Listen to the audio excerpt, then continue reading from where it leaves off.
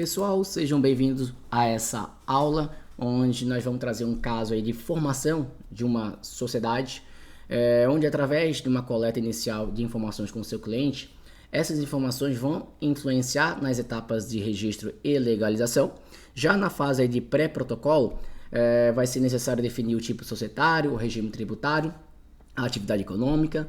Na fase de registro de protocolo, ela vai também ter a sua influência, essas informações, assim como no pós-protocolo, uma junta comercial. O caso fictício seria esse aqui da tela, né? Deixa eu só puxar aqui minha caneta, que seria aí um cliente que deseja aí formar uma empresa, né, apenas com o integrante, ou seja, somente com ele, no qual essa pessoa é casada na comunhão parcial e aí pretende integralizar o capital social com bens imóveis, né? Diante disso, você precisa ter um conhecimento inicial da legislação para saber qual é o tipo jurídico ou tipo societário que permite aí ter uma única pessoa nessa sociedade, né? A Eireli não existe mais, só que desde 2019, com a Lei de Liberdade Econômica, né, que fez alterações no artigo 1052, com a inclusão do parágrafo 1º, é permitido construir sociedade limitada com um sócio.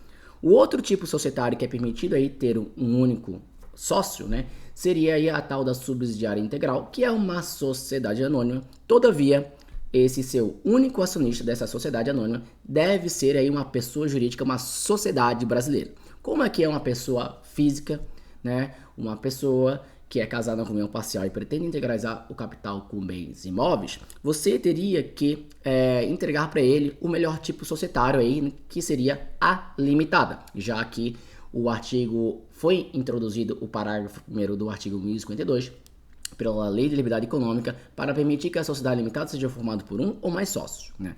Só que, além dessas informações iniciais que você deveria já saber com base na legislação, por ele ser casado na comunhão parcial de bens e ter o interesse de integralizar o capital com bens imóveis, você já tem que estar ciente que vai ser necessário ter a anuência do cônjuge lá no contrato social, onde vai haver a integralização do capital social com bens imóveis, seja bem particular ou não.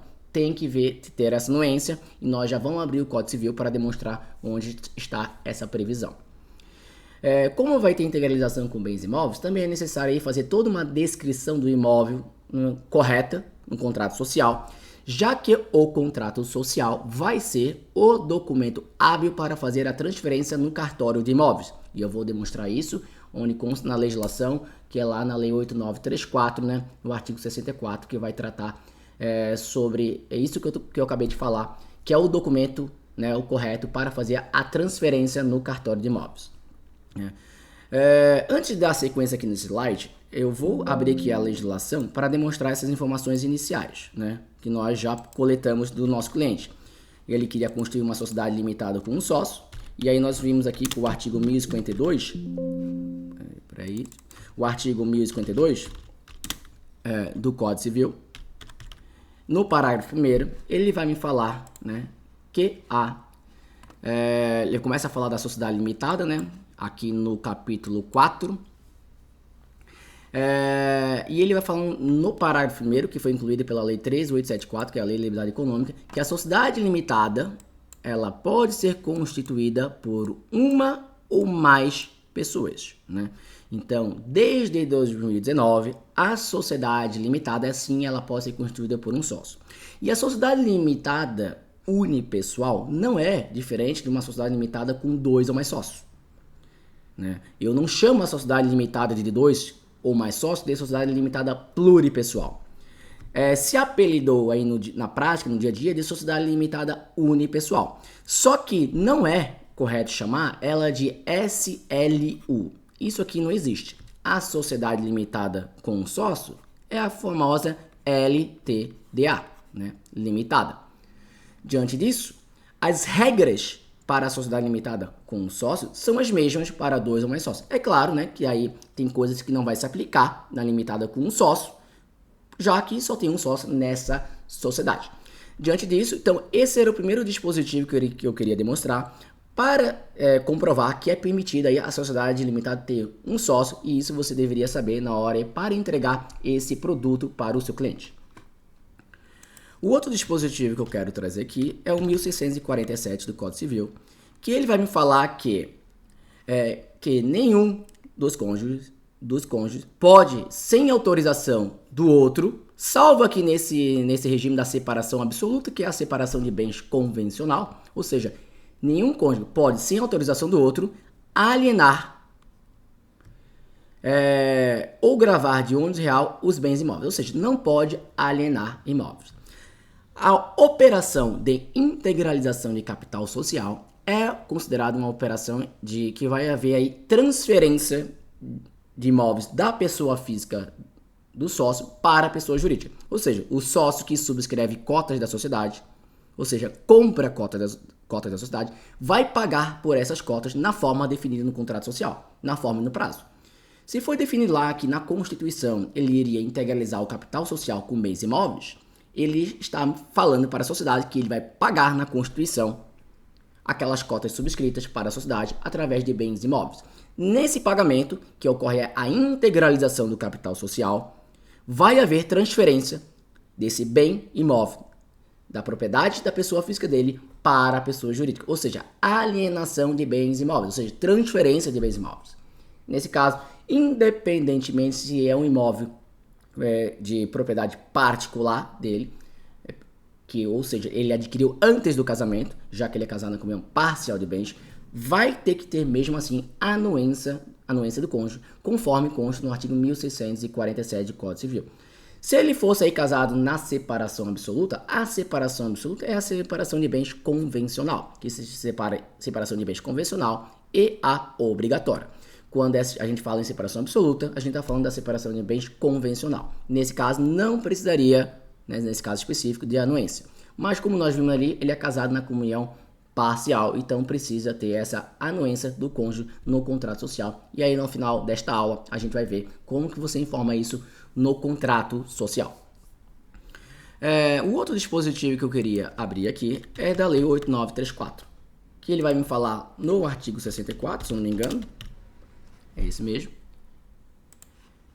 Ele vai me falar que a certidão dos atos de constituição e de alteração de empresários e sociedades mercantis, leia-se sociedade empresária, fornecida pelas juntas comerciais em que foram arquivados, será o documento hábil para fazer a transferência por transcrição no registro público competente, cartório de imóveis, dos bens com que o subscritor tiver contribuído para a formação do capital social ou para o aumento do capital social. Como nós estamos falando em Constituição, a gente fala em formação de capital social.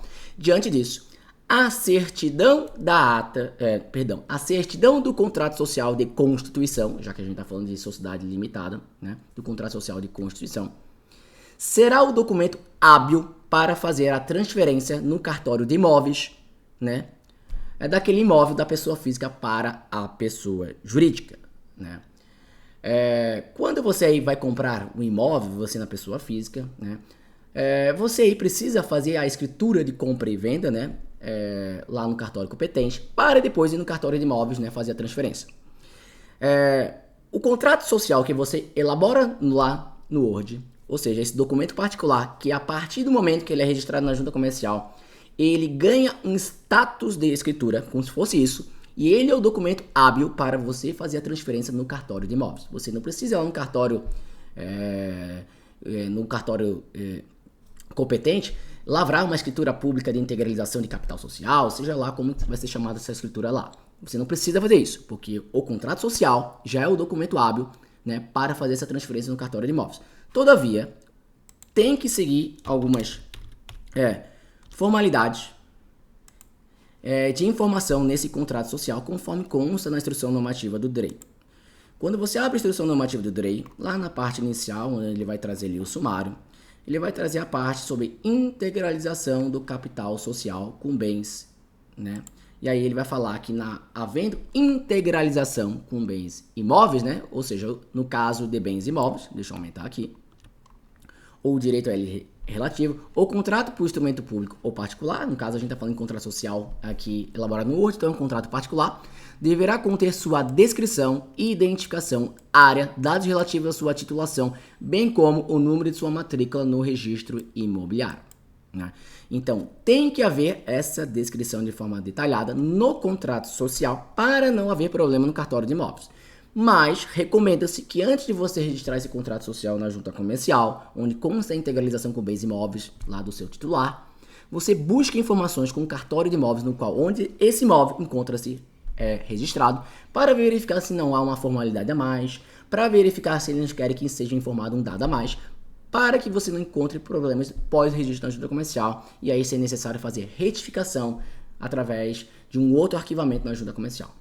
Então fica essa observação inicial, né, que quando há integralização com bens imóveis, o contrato social é o documento hábil para você fazer a transferência no cartório de imóveis. E aí vai ser necessário você informar determinados dados no contrato social que serão necessários para fazer essa transferência lá no cartório de imóveis. Feito essa primeira explicação, né, vamos continuar aqui. Então nós vimos ali que a limitada com o sócio é permitido, conforme 1052, parágrafo 1º do Código Civil.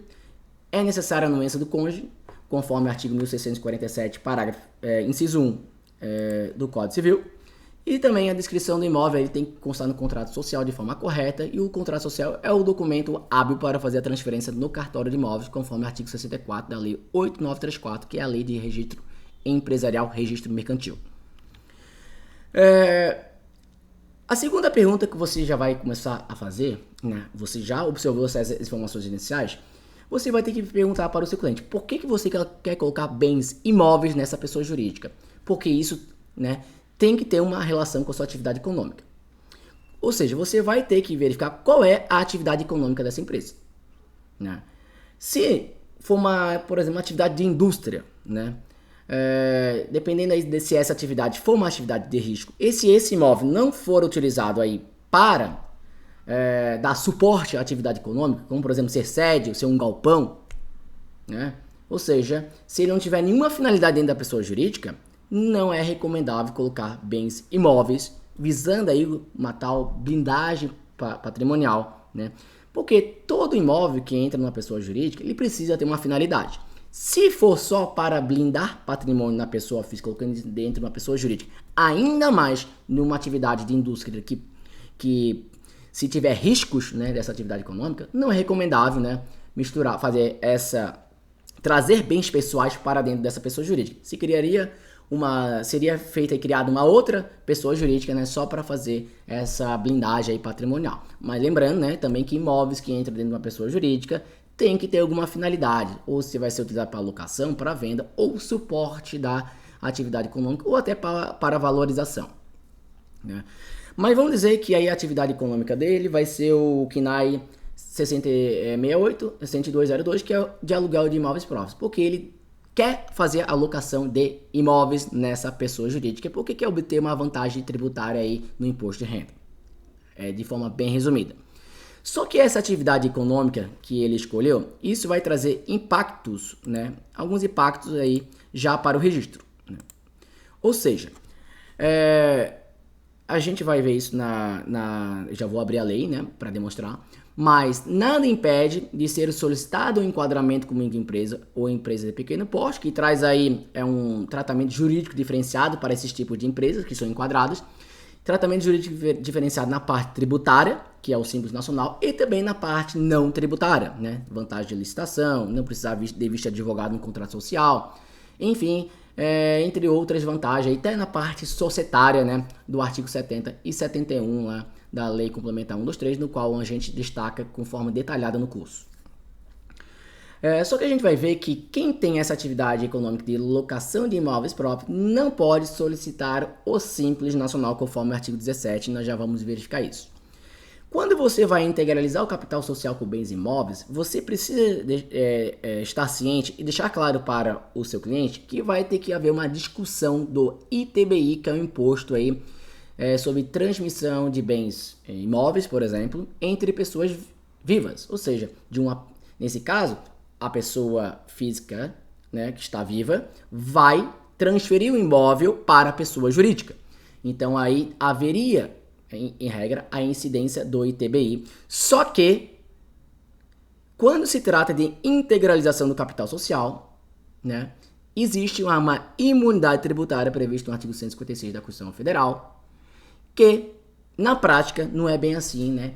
Já que a prefeitura tem um entendimento aí que haveria uma imunidade parcial e o excedente daquilo que não vai para o capital social que ela vai avaliar, ela considera que não estaria na esfera da imunidade e haveria aí, então, a necessidade de pagar ITBI. Isso vai depender de prefeitura para prefeitura. Tem discussão do STF sobre isso já. Tem um tema 796 do STF. E quando você vai ter essa operação, você precisa estar ciente disso e passar para o seu cliente, né, que quando for transferir no cartório de imóveis, que é uma necessidade, tem que ser feito, vai ser necessário aí, no caminho, discutir lá com a prefeitura a imunidade do ITBI nessa operação, e aí vai do entendimento de cada prefeitura. Então, precisa estar ciente sobre, você precisa estar ciente sobre isso para passar para o seu cliente, né, para aí não ter nenhuma surpresa.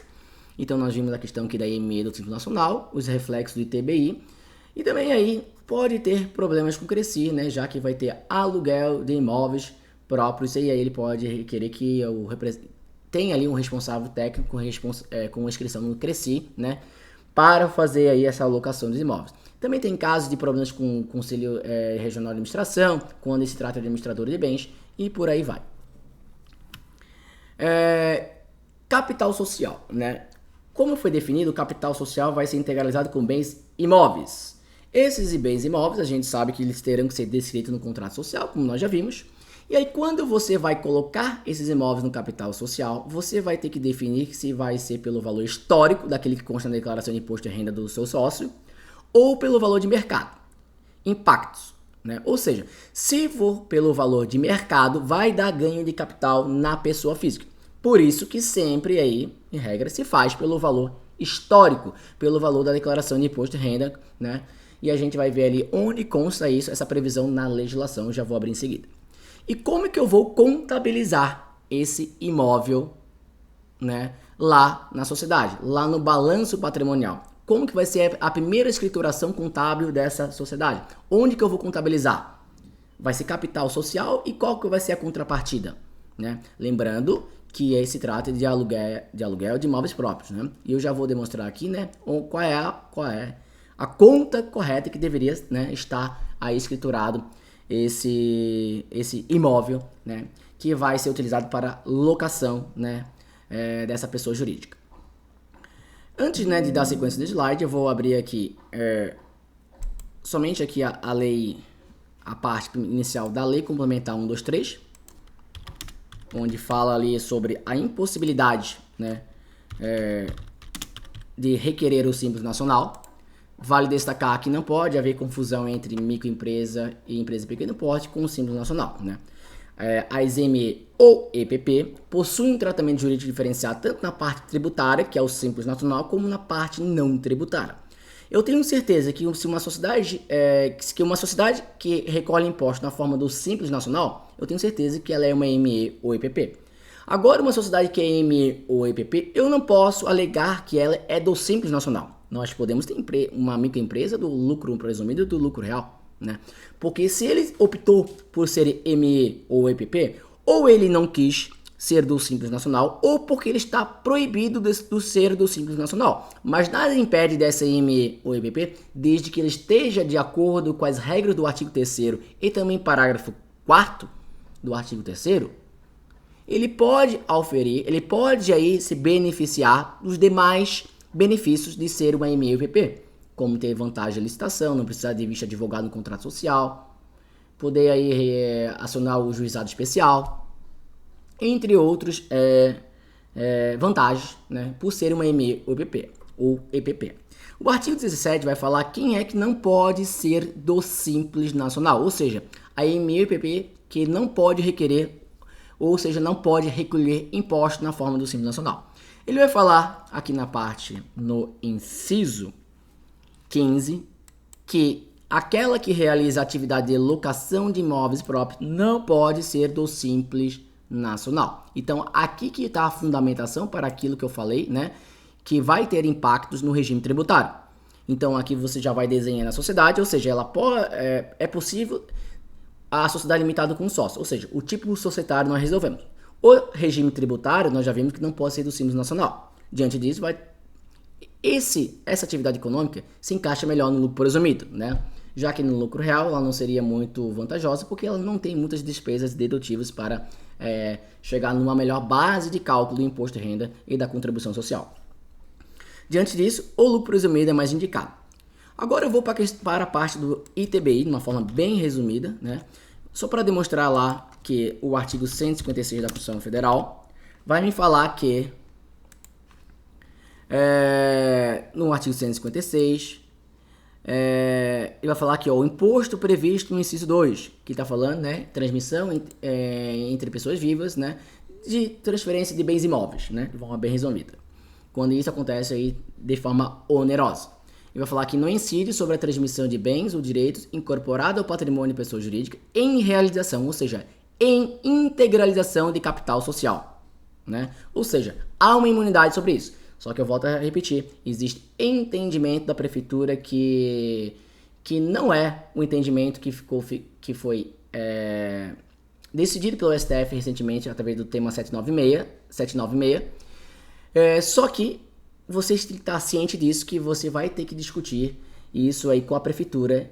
Ou, né, se você não for discutir isso, você vai ter que deixar claro para o seu cliente que ele vai ter que procurar um profissional para discutir essa questão da imunidade total da integralização do capital social. No curso, já no módulo 1, tem uma aula aí que explica esse tema 796, né, qual é o entendimento do STF e qual é o entendimento da prefeitura quanto a isso, né, que está de forma equivocada, né, mas aí a realidade que você vai ter no dia a dia, que você vai ter problemas e você vai ter que discutir isso, inclusive aí ajuizando uma ação para conseguir essa imunidade total, né? Outra parte que eu queria demonstrar, né, é referente aí ao valor histórico e ao valor de mercado, né? Essa previsão está na lei 9.249, que é uma lei tributária, lá no seu artigo 23. O artigo 23 dessa lei vai me falar, ele vai dar aí uma prerrogativa para as pessoas físicas, no qual ele deixa claro que as pessoas físicas poderão transferir a pessoas jurídicas, a título de integralização de capital, bens e direitos pelo valor constante na respectiva declaração de bens ou pelo valor de mercado. Como já foi dito, né? Em regra, se faz pelo valor histórico, ou seja, o valor da declaração de imposto de renda, porque se fizer o valor de mercado, vai dar problema, né, aí sobre o ganho de capital na pessoa física e vai ter essa tributação a ser paga aí pelo seu cliente. E a última parte que eu queria demonstrar é como contabilizar isso, né, de forma correta.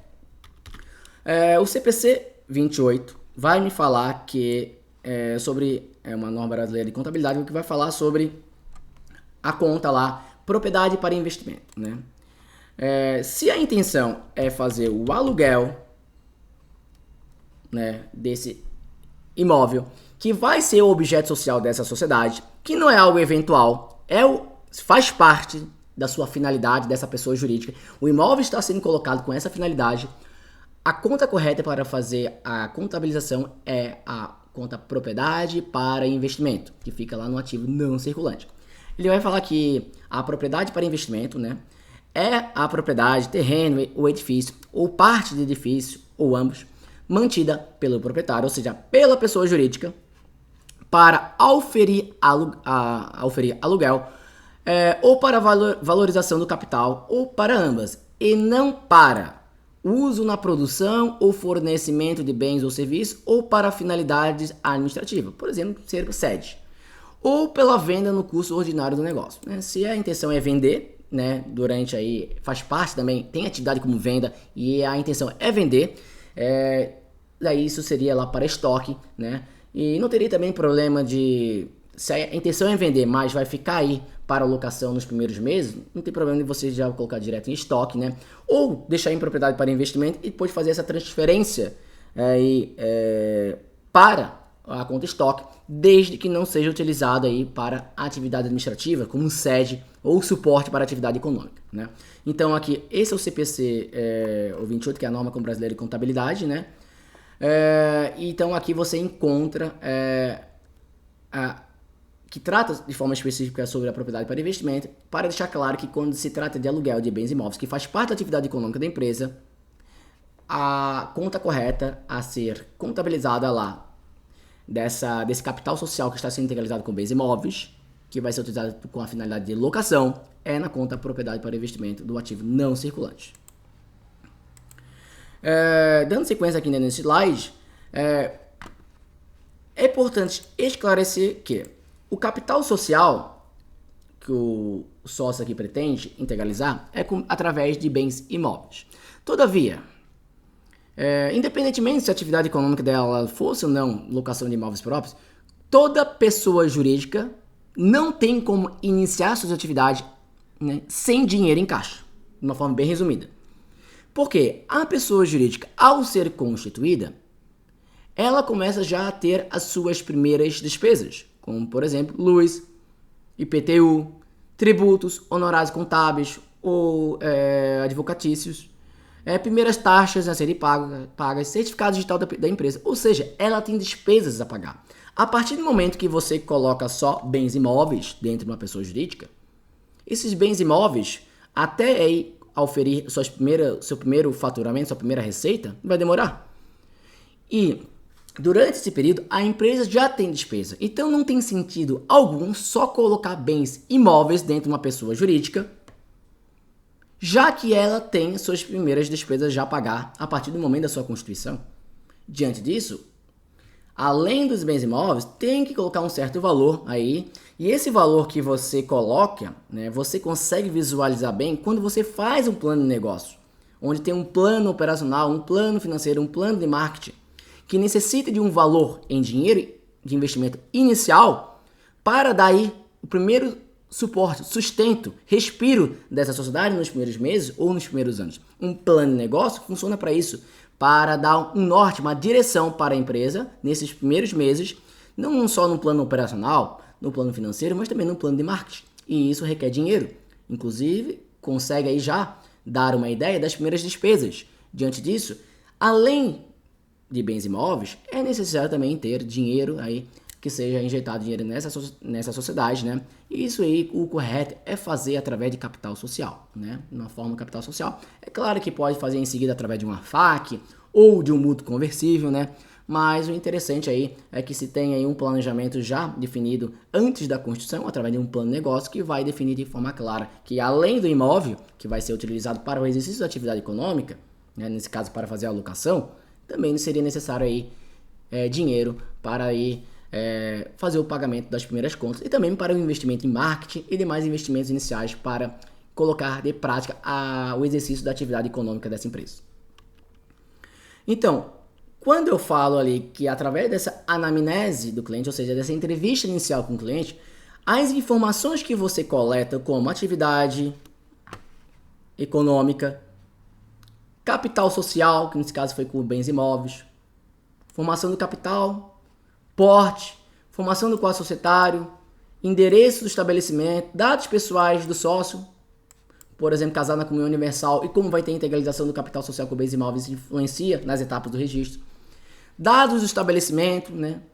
Então, tudo isso influencia na etapa do registro, ou seja, essas informações, além de outras que nós já vimos, vai influenciar em todas essas etapas, né? Já lá na consulta de viabilidade, por exemplo, onde eu preciso ter os dados do estabelecimento, do endereço empresarial e do imóvel onde fica o endereço empresarial, para preencher a viabilidade, eu preciso saber a atividade econômica, o nome empresarial, né? Eu preciso ter os dados para informar também o corpo de bombeiro. Depois lá no DBE vai ser informado os demais dados que não são puxados automaticamente da viabilidade. Vai ser informado o quadro de sócios administradores, o capital social, o porte, se eu quero pedir o porte. Se não for solicitado o porte, lá no momento do registro na junta comercial, o contrato social tem que ter visto de advogado. Se tiver o porte, não precisa do visto de advogado. Aí o processo entrou na junta, passou, foi autenticado, deferido. Você precisa finalizar toda a parte de alvará sanitário de funcionamento, né, conforme a necessidade. A gente viu que o Simples Nacional está impedido essa empresa de solicitar, porque ela vai ter aquela atividade econômica que é proibida, conforme o artigo 17 da Lei Complementar 123. Vai aí, né, ter necessidade de registro no CRECI? Tem aquele risco. Tem necessidade aí de procedimento no cartório de imóveis, como nós já vimos. Enfim, todas as informações aqui que você vai coletar nessa forma inicial, você precisa visualizar, botar isso aqui, até que para você precificar aí o seu serviço. Se você vai fazer a parte de cartório de imóveis ou não, se você vai fazer a parte da discussão da imunidade do TBI, se isso está no preço todo ou não, se você não vai fazer, mas você precisa deixar claro para o seu cliente para que ele procure um profissional que faça. Então, isso aqui é muito importante que vocês tenham de forma visual para não só uma forma de planejar o registro da constituição dessa sociedade, mas também para precificar o seu serviço. Né? Então, como a gente viu, necessita aí de procedimentos pós-protocolo, né, como prefeitura, verificar a parte do alvará sanitário, aí como se precisa fazer alguma parte, mesmo que haja integração, pagamento de taxas, cartório de imóveis, como já foi dito, e também a entrega das primeiras declarações. É você que vai fazer essa entrega? Já está no serviço ou não está no serviço? Ou isso requer uma contratação de serviços contábeis com outro tipo de honorário? Ou se você não vai fazer, você precisa deixar claro para o seu cliente, precisa entregar a CFIP, o E-Social, o DCTF Web. Nesse caso aqui, como ela vai ser de lucro presumido, ainda tem DCTF, né? Até ela ser substituída. Porque isso aqui, se não for entregue, também vai dar multa, dependendo do tipo de declaração. Então, o curso, é claro que o nosso curso aqui não vai demonstrar como se entrega uma CFIP. Né? Porque o custo é de registro e legalização. Mas quem trabalha com isso precisa ter esse conhecimento de todos esses procedimentos, né, para entregar o melhor serviço. Né?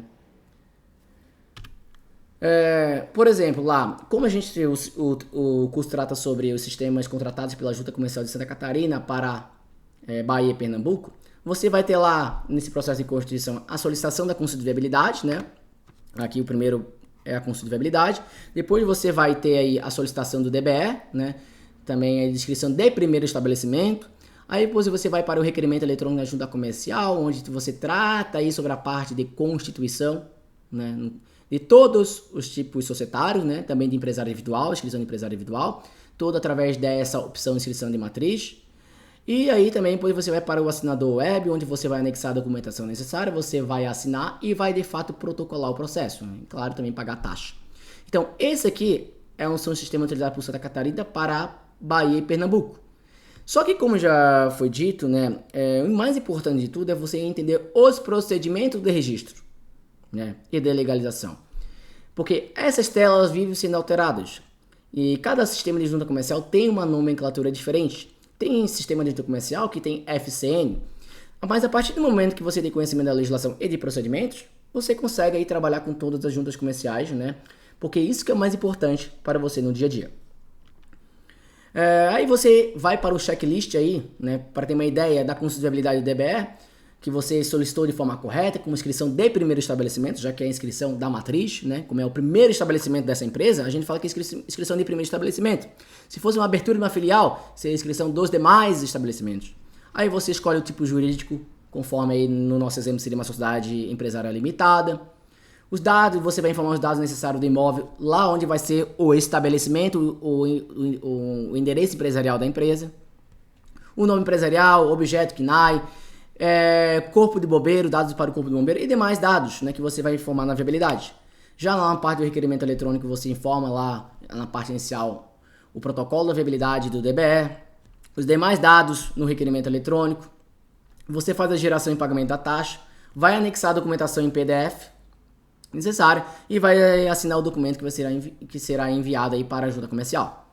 Seja de Santa Catarina, da Bahia, Pernambuco, Bahia, seja lá a junta comercial que você vai protocolar o processo. De uma forma bem resumida, conforme a instrução normativa do DREI, lá um anexo 4 da instrução normativa 81, o anexo 4 trata sobre o manual de limitada, vai ser necessário capa do processo, contrato social, documento do administrador da sociedade, não precisa apresentar documento de sócio, e aí demais documentos conforme o tipo de arquivamento, né? Não precisa apresentar o documento do cônjuge, nesse caso, já que vai haver a integralização do capital social com bens imóveis.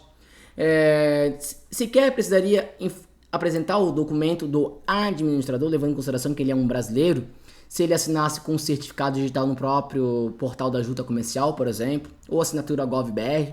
É isso que consta lá na instrução normativa do DREI, né?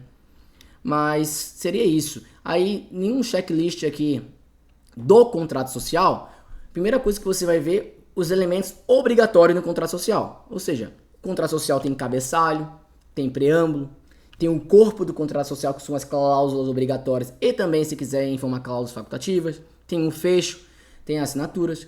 E aí, como cláusula obrigatória, você tem lá o nome empresarial, o endereço, o prazo de duração, objeto, capital social dividido em suas cotas, informando o prazo e a forma de integralização do capital, a administração da sociedade, quem serão os administradores, a forma de representação isolada em conjunto, a declaração de desimpedimento, que não é algo obrigatório de constar no contrato social, por isso que eu não falo que é cláusula obrigatória, mas é uma declaração obrigatória, que se não constar no contrato social, vai ter que ser feito em separado do contrato social, onde vai ser arquivado junto com o contrato social da sociedade. Vai ter aí os poderes e atribuições do administrador, o exercício social, participação dos sócios nos lucros, o foro. E aí também tem, dependendo se a sociedade aí for enquadrada com ME ou PP, pode ter cláusula de enquadramento no contrato social, não tem problema. Cláusulas facultativas, isso vai de acordo com o interesse dos sócios, né? Ingresso de herdeiros, como que vai ser, o herdeiro tem direito de ingressar ou não tem direito de ingressar, como que é feita a avaliação das cotas no caso de dissolução parcial da sociedade, por exemplo, falecimento, exclusão extrajudicial. Prazo, forma e pagamento de cotas, uma das cláusulas mais importantes que ela é facultativa, mas extremamente importante de constar em contrato social. Né? Se o sócio quer sair da sociedade lá com base no artigo 1029 do direito de retirada imotivada, qual é o prazo, forma e pagamento, né, dessas cotas?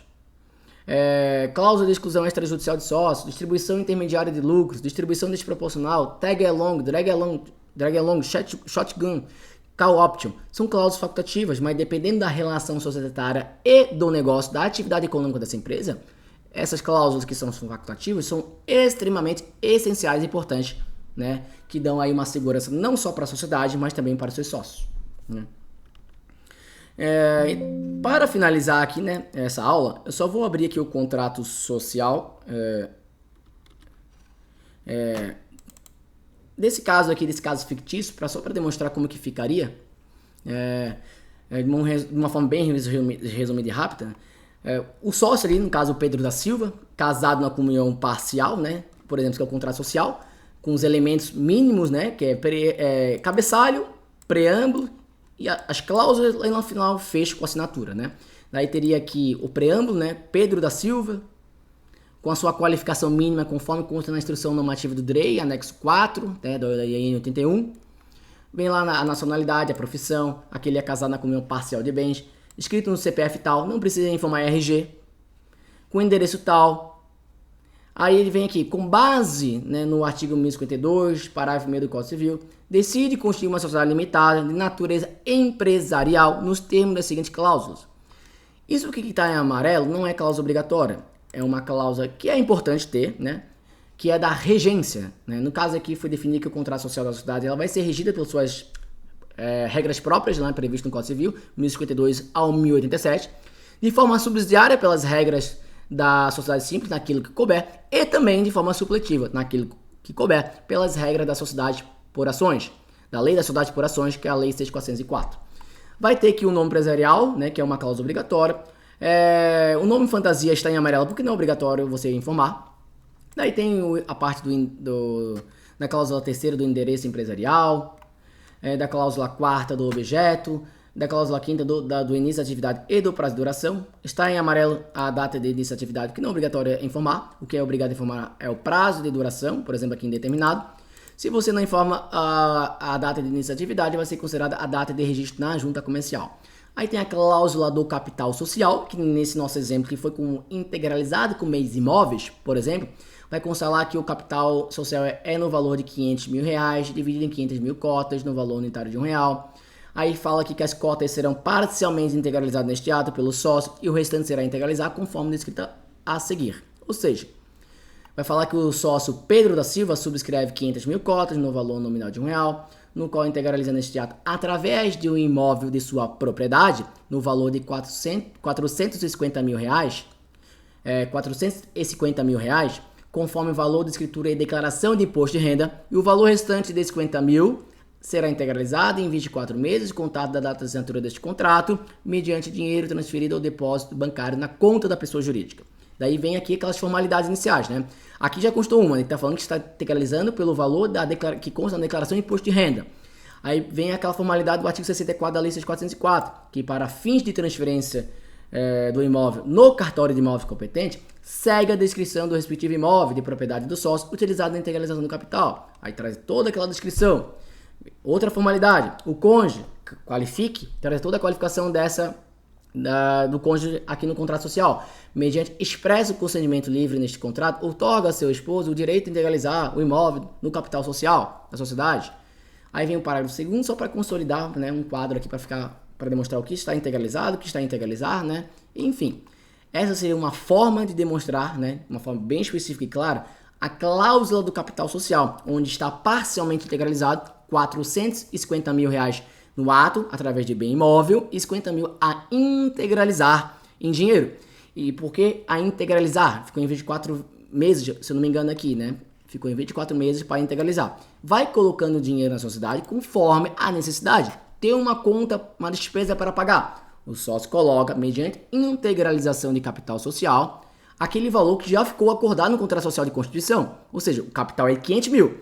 450 mil integralizado no ato em bem imóvel, 50 mil a integralizar em 24 meses, perdão. E aí, conforme a necessidade, vai colocando dinheiro na sociedade para cobrir aquelas despesas iniciais. Aí vem aqui a formalidade da descrição do imóvel, né? Vem aqui a anuência do cônjuge, que ao final vai assinar. E aí vem a consolidação para demonstrar aqui do contrato social, né? Como ficou a parte integralizada e a parte a integralizar. Tem a cláusula de administração, poderes de administrações e atribuições. Vem aqui a declaração dele do desimpedimento, que ele não está impedido de exercer a administração da empresa.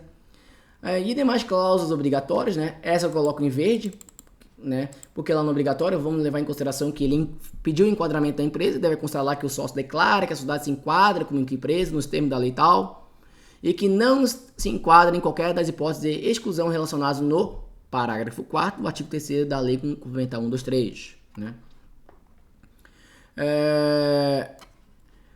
Aí pode inserir cláusulas facultativas, mas conforme o empreendimento e relação societária. Como é só ele aqui na sociedade, estaria mais voltado para o empreendimento, o negócio dele, né? Se tivesse 2 ou mais sócios, aí começa a discutir outras cláusulas essenciais para o contrato social de uma sociedade limitada. Como é só ele, né, fica até muito restrito essa inclusão de cláusula, mas se quiser colocar, não tem problema. Tem aqui a cláusula do foro, né, e aí vem o fecho com a assinatura do Pedro da Silva, que é o sócio, e a sua cônjuge, né, que vai assinar aqui também, né, como interveniente anuente. Então, esse seria um modelo de contrato social, né, para o caso que a gente viu nesse caso fictício, que é através de duas informações, né, que ele queria formar uma empresa, que ele é casado na comunhão parcial e queria integralizar o capital com bens imóveis, requer um conhecimento em diversas legislações, conhecimento de procedimentos, né, como nós vimos, que são necessários aí para quem presta esse tipo de serviço, né. Então, pessoal, agradeço a atenção de vocês e aí fica essa aula disponível para vocês verificarem que o curso foi formatado, nem formado mais ou menos, né, dessa forma. Slides com movimentos demonstrando aí a legislação e procedimentos, né, tanto da Constituição, da alteração, extinção delimitada, arquivamento de atas de SA, cooperativa, entre demais arquivamentos, né. Então, pessoal, agradeço a atenção de vocês e até mais.